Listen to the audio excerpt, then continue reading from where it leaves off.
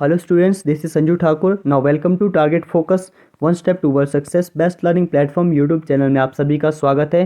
तो जो भी स्टूडेंट्स हमारे साथ आज नए जुड़े हैं तो चैनल को सब्सक्राइब कीजिए और बेल आइकन को प्रेस कीजिए ताकि हमारी वीडियो की नोटिफिकेशन आप सभी तक सबसे पहले पहुंच सकें। डियर स्टूडेंट्स, काफ़ी कमेंट्स आ रहे थे कि एचपी पुलिस की जो है इंग्लिश की सीरीज़ लेके आओ, तो बिल्कुल आज आप सभी के सामने है एचपी पुलिस कांस्टेबल की इंग्लिश की सीरीज़। तो आज हम डिस्कस करेंगे इसमें one word substitution, idiom and phrases, antonyms and synonyms. तो डियर स्टूडेंट्स, ज़्यादा से ज़्यादा शेयर कीजिएगा वीडियो को और लाइक कीजिएगा और कमेंट कीजिएगा कि आपको वीडियो कैसी लगी। जितने व्यूज़ आते हैं तो उतना ही हम जनरल इंग्लिश की जो सीरीज़ है इसको कंटिन्यू करेंगे। तो पहले डिस्कस कर लेते हैं इडियम एंड परेजेस। तो इसमें पहला है एट वंस बिट्स एंड। इसका मतलब होता है अपनी बुद्धि के अंत में। At one's wits end. तो यहाँ पर बताना है इस इडियम का मतलब क्या है। इसका होता है कंप्लीटली पजल्ड, मतलब टोटली क्या हो गए, पजल या फिर परप्लेक्स्ड। परप्लेक्स्ड का मतलब होता है विकल या फिर हैरान। और नेक्स्ट मीनिंग है इसका not knowing what to do, मतलब टोटली कंफ्यूज है कि करें क्या। नेक्स्ट है अगला idiom at one's fingertips. At one's fingertips इसका मतलब होता है अपनी उंगलियों पर। अपनी उंगलियों पर इसका मतलब होता है कंप्लीट नॉलेज। कंप्लीट नॉलेज पूर्ण ज्ञान। और रेडी एट हैंड, और मीनिंग होता है इसका इमीडिएटली अवेलेबल, जो अचानक अवेलेबल होता है। यानी तो जब हमें किसी भी चीज़ का ज्ञान होता है तो वो क्या होती है, हमारी फिंगर टिप में होती है। मतलब फिंगर टिप का मतलब होता है कि जो इमीडिएटली अवेलेबल हो जाती है।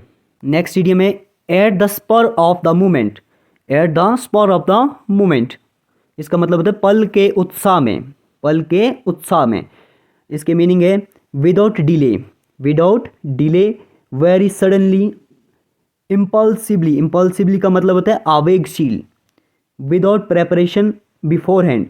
इसका मतलब देखो ध्यान से क्या होता है at the spur of moment. जब भी आप पल के उत्साह में होते हैं तब क्या होता है, आप वेरी सडन जो भी एक्टिविटीज़ करते हैं या फिर वेरी सडन डिसीजन लेते हैं। अगर कोई भी आपको गाली दे रहा होता है तो आप उसको इग्नोर कर लेते हैं, चल कोई बात नहीं।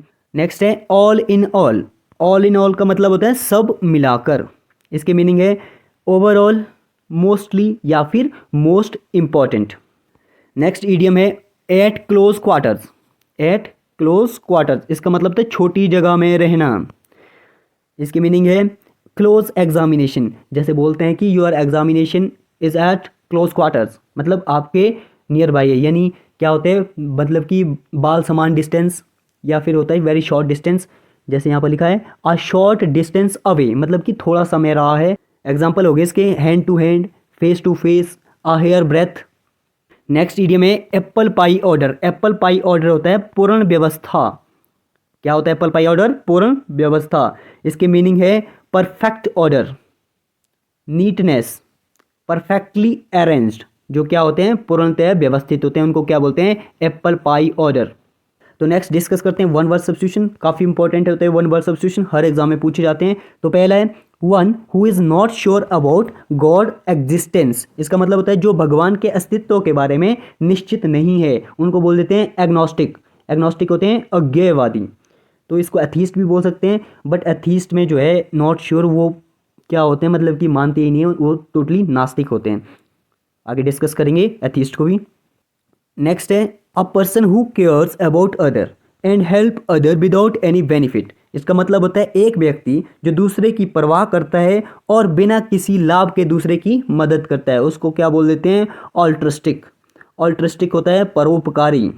नेक्स्ट है one who does a thing for pleasure without pay and not as a profession. इसका मतलब क्या होता है, जो बिना किसी वेतन के खुशी के लिए काम करता है, ना कि पेशे के रूप में। इसका मतलब होता है अमेचर, यानी शौकिया। जैसे कि टारगेट फोकस की टीम लगी है विदाउट पे आप सभी को एचपी पुलिस कांस्टेबल की सीरीज तैयार करके दे रही है, मतलब एक शौकिया तौर पे तैयार करके दे रहे हैं।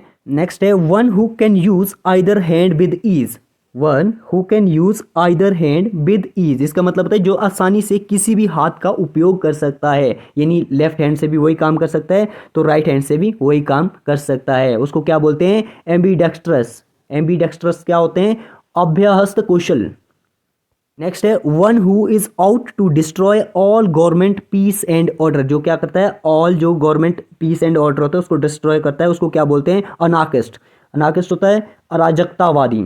तो नेक्स्ट है a person who has changed his faith. इसका मतलब होता है एक व्यक्ति जिसने अपना विश्वास बदल दिया हो, उसको क्या बोलते हैं? एपोस्टेट। एपोस्टेट होता है स्वधर्म त्यागी। नेक्स्ट है one who leads an austere life. मतलब one who leads an austere life, इसका मतलब होता है जो एक तपस्वी जीवन व्यतीत करता है, उसको क्या बोलते हैं? असेटिक।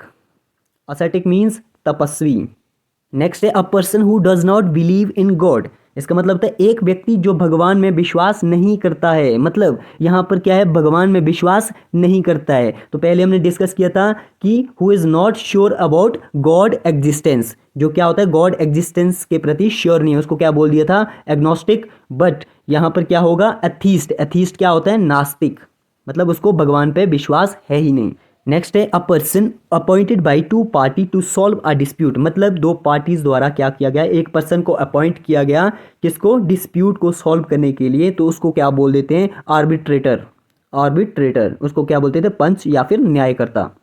नेक्स्ट है a person who is unable to pay his debts. मतलब एक व्यक्ति जो अपने कर्ज का भुगतान करने में असमर्थ है, उसको बोलते हैं बैंकक्रप्ट, मतलब दिवालिया। तो अब डिस्कस कर लेते हैं सिनोनिम्स एंड एंटोनिम्स।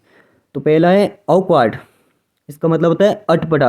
ऑकवर्ड क्या होता है? अटपटा। इसके सिनोनिम है क्लमसी, अनगेनली, पॉन्डरस, रफ। तो क्लमसी होता है अनाड़ी, अनगेनली होता है कुरूप मतलब भद्दा, पॉन्डरस होता है कष्टकारक, कष्टदायी, रफ होता है असभ्य। और इसके एंटोनिम्स है clever, dexterous, apt, skilful. Clever होता है चतुर, डेक्स्ट्रस होता है निपुण, एप्ट होता है उपयुक्त या फिर योग्य, स्किलफुल होता है कुशल।